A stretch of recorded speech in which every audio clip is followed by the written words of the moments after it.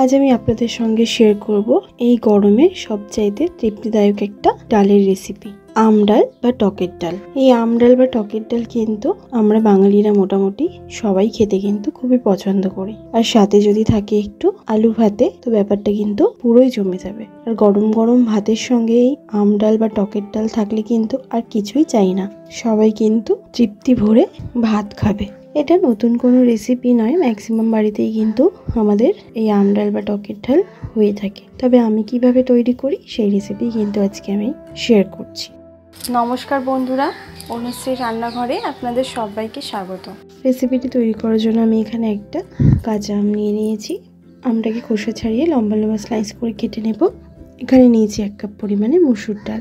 ডালটাকে ভালো করে ধুয়ে নেব, 2-3 বার ভালো করে জল দিয়ে ধুয়ে নেব। এরপর গ্যাস অন করে ডালটা আমি সেদ্ধ হতে বসিয়ে দিয়েছি পরিমাণ মতন জল, আর দিলাম 1/2 চামচ মতন নুন। ভালো করে মিশিয়ে নেব। এরপর আমি 5 মিনিট লো টু মিডিয়াম ফ্লেমে ডালটাকে একটু সেদ্ধ করে নেব। ডালটা কিন্তু আমার 50% মতন সেদ্ধ হয়েছে। এরপর আমি কেটে রাখা আমগুলোকে দিয়ে দিচ্ছি। আমগুলো কিন্তু আমি পাতলা পাতলা স্লাইস করে এখানে কেটে নিয়েছি।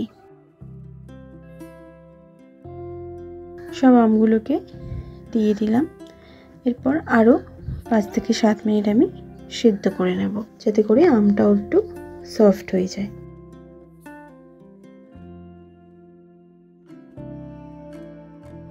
পাঁচ 7 মিনিট পর আমটা কিন্তু এবার সেদ্ধ হয়ে গেছে।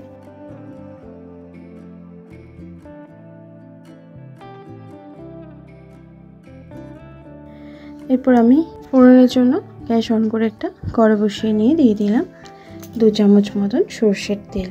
তেলটাকে ভালো করে গরম করে নেব। দিচ্ছি আমি এখানে ফোড়নে 1 চামচ পরিমাণে কালো সর্ষে, 2 থেকে 3টে দিচ্ছি শুকনো লঙ্কা, আর এখানে দিয়ে দেব সামান্য একটুখানি হিং। যদি কেউ হিং আপনারা না খেতে চান তো হিংটা স্কিপ করবেন। এবার ফোড়নটাকে ভালো করে ভেজে নেব। ফোড়ন থেকে সুন্দর গন্ধ বেরোতে শুরু করে দিয়েছে। দিয়ে দিচ্ছি সামান্য একটুখানি হলুদ গুঁড়ো, আর এর সাথে দিয়ে দিচ্ছি সিদ্ধ করে রাখা ডাল। আর আমি একটুখানি পরিমাণে জল দিলাম। আমার আম ডাল একটু পাতলা পাতলাই খেতে ভালো লাগে, তবে আপনারা যদি আরও গাঢ় খেতে চান এখানে জলের পরিমাণটা একটু বুঝে দেবেন। ভালো করে নাড়াচাড়া করে নেব। ডালটা কিন্তু এরকম আমি একটু পাতলা পাতলাই করেছি।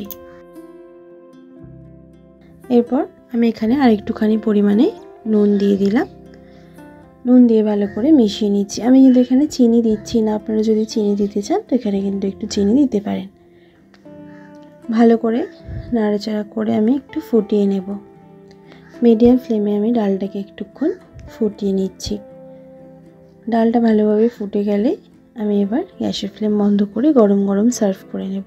গরম গরম এই আম ডাল যদি দুপুরবেলায় ভাত পাতে থাকে, আর যদি সাথে থাকে একটু আলু ভাতে, তাহলে কিন্তু আর কিছুই চাই না, পুরো ভাতটাই এই দিয়ে খাওয়া হয়ে যায়। একবার এই রেসিপিটি আপনারাও ট্রাই করে দেখবেন এরমভাবে, আশা করছি আপনাদেরও ভালো লাগবে। ভালো লাগলে লাইক শেয়ার করতে ভুলবেন না, কমেন্ট বক্সে কমেন্ট করে জানাতে ভুলবেন না রেসিপিটি কেমন লাগলো। ভালো থাকবেন, সুস্থ থাকবেন, ধন্যবাদ।